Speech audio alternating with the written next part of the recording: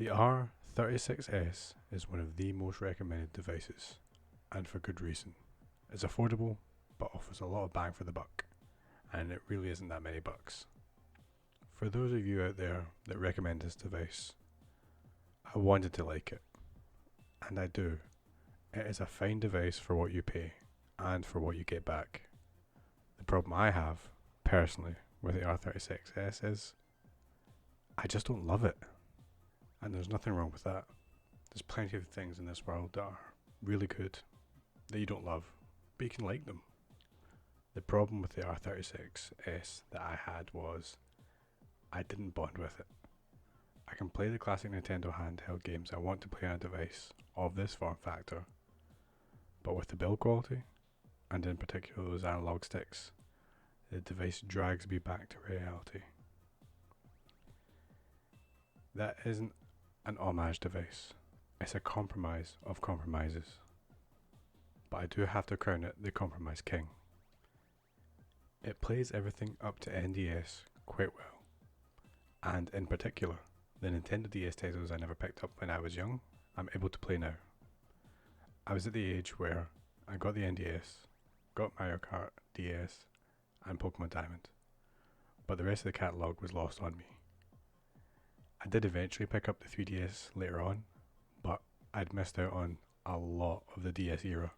So what itch does the R36S scratch that cheaper devices of a similar form factor, like the GB300, can't? Well, as I alluded to earlier, the console list can go up to NDS, PlayStation, and PSP, so the systems list is far better. And for the consoles that they do match on, between the R36S and the GB300, the R36S stands head and shoulders above. Powering the R36S is the RK3326 chip. It's a somewhat decent budget powerhouse that you'll find in plenty of devices around this price point, all of which are usually R36S clones. At that price point though, we do kind of crawl into the AllWinner A133P+, which is a little bit stronger, but not as many options. So for the similar price as the R36S, you can get the Powkiddy V90S. For something of a similar form factor with the A133P+, you're looking at the TrimUI brick, which at the price point you're paying, which is double what the R36S is, you're not getting twice the system. You are getting really good build quality though. So the R36S isn't winning any beauty awards, and it doesn't win any build quality ones either. Like I said, the TrimUI brick is a much better built device, and on the R36S we have a notoriously bad D-pad, and personally through my play of this for over a month now, I've had phantom inputs and outright lost button presses. The D-pad uses a pivot style. It has good tactile feel, but poor input. However, in longer sessions and with more 2D style gaming, I've often opted to use the analog sticks. Yes, the thing I said I didn't like, and I've been using them instead, because the D-pad can feel harsh after long use. The shoulder buttons are another addition I don't like. I understand the necessity for consoles beyond the Game Boy and Game Boy Color, because the Game Boy Advance did indeed have shoulder buttons. But the shoulder button shelf feels off. It's not quite big enough to grip properly, and the flat battery back leading up to it, it's not got the ergonomic feel.